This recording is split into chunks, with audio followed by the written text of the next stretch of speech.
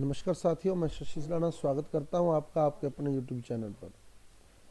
साथियों, कल के पेपर में एक क्वेश्चन आया था। इस क्वेश्चन को लेकर कई कॉल्स मेरे पास आ चुकी हैं कि सर इसका आंसर जो है क्या होगा। क्वेश्चन क्या था? क्वेश्चन था इजी, लेकिन थोड़ी सी लैंग्वेज जो है उसने मॉडिफाई कर दी। क्वेश्चन देखें, हम लोग समझे क्वेश्चन को। हाइड्रोजन परमाणु की मूल अवस्था में इलेक्ट्रॉन की कक्षीय चाल v है। कक्षीय चाल मतलब वेग, और वेग का जो सूत्र होता है वो होता है 2 पाई के Z E square upon N. ये सूत्र होता है वेग का। कैसे बना है वो भी मैं आपको बता दूंगा। ये सूत्र होता है वेग का। ठीक है, वेग का सूत्र है v बराबर 2 पाई के जेड ई स्केयर बटे एन। ये वेग का सूत्र है। अब वो कहता है इसे ऊर्जा अवस्था -3.4 इलेक्ट्रॉन वोल्ट में उत्तेजित करने पर इसकी कक्षीय चाल होगी। और ऑप्शन आपको दिए हुए थे v/2, v/4, 3.4v और v3.4। तो इसे ऊर्जा अवस्था -3.4 इलेक्ट्रॉन वोल्ट में उत्तेजित करना है। तो यानी आपको क्या करना है, जब हम लोग वेग निकालते हैं तो वेग निकालने के लिए हमारे को एक तो जेड चाहिए होता है, जेड यानी परमाणु क्रमांक जो हाइड्रोजन का एक है, और चाहिए होता है एन। एन यानी कक्षा चाहिए होती है हमारे को। तो हमारे को उसने ऊर्जा बता दी -3.4। तो हम कक्षा आराम से सोल्व कर सकते हैं, क्योंकि ऊर्जा का जो सूत्र था E बराबर -13.6 into Z square upon N square. ये ऊर्जा का सूत्र होता है, इलेक्ट्रॉन वोल्ट पर एटम। ये ऊर्जा का सूत्र होता है। ठीक है, अब उसने E आपको दिया है -3.4।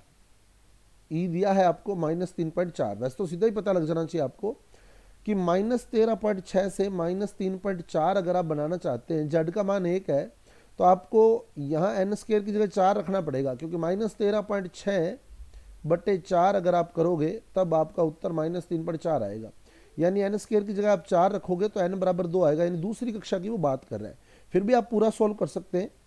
तो ई दिया आपको -3.4 बराबर -13.6, जेड का मान 1 है तो 1 का स्केयर 1 हो गया बट्टे एन स्केयर, क्योंकि एन अपने को सोल्व करना है। तो एन स्केयर बराबर -13.6 बट्टे -3.4, माइनस से माइनस कट जाएगा और आप लोग इसको कट करेंगे तो ये 4 बन जाएगा। यानी एन स्केयर बराबर 4, तो एन बराबर 2। वैसे तो क्विकली पता लग जाना चाहिए आपको कि -13.6 को -3.4 में बदलना है तो हमें 4 का भाग देना पड़ेगा। यानी एन स्केयर का मान 4 आएगा तो एन का मान 2 आएगा। तो जब आप एन का मान 2 रखेंगे तो आप देख सकते हैं, मान लो पहले उसकी मूल अवस्था में जो चाल v कही है वो ये वाली है। मूल अवस्था में जो चाल v कही है वो ये हो गई। अब दूसरी कक्षा में अगर हम चाल की बात करें, तो हम क्या करेंगे, v इक्वल टू 2 पाई के Z E square upon two, है ना, अपॉन 2। और पहली कक्षा में n की जगह क्या रखोगे, अपॉन 1। तो v का जो मान है पहली कक्षा में, जो v का मान है वो 2 पाई के जेड स्केयर आ जाएगा। 2 पाई के जेड स्केयर, ये v का मान आ गया पहली कक्षा में। और दूसरी कक्षा में जो v का मान होगा वो 2 पाई के जेड स्केयर अपॉन 2 आएगा।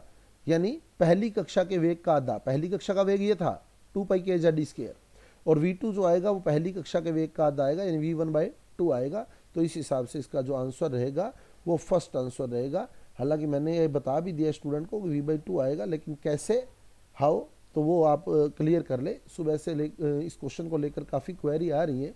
तो अच्छा क्वेश्चन था सिंपल, लेकिन थोड़ी सी लैंग्वेज जो उसने मॉडिफाई की थी। बात करूँ v बराबर 2 पाई के जेड स्केयर अपॉन एन कैसे आया, तो हम लोग पढ़ते हैं कि इलेक्ट्रॉन तभी अपनी जगह पर चक्कर लगा पाता है जब अपकेंद्री बल बराबर होता है अभिकेंद्री बल के।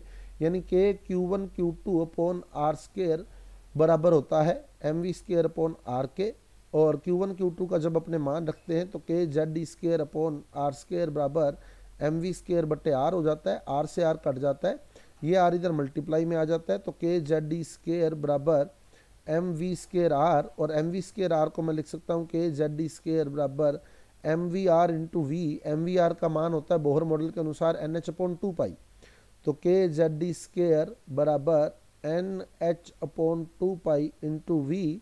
तो v का मान निकालेंगे तो 2 पाई इधर मल्टीप्लाई में आ जाएगा, एन एच इधर डिवाइड में आ जाएगा। तो यानी 2 पाई के Z E square upon N H. तो वेग जो होता है वो मोटी मोटी बात यह है कि कक्षा के व्युत्क्रमानुपाती होता है।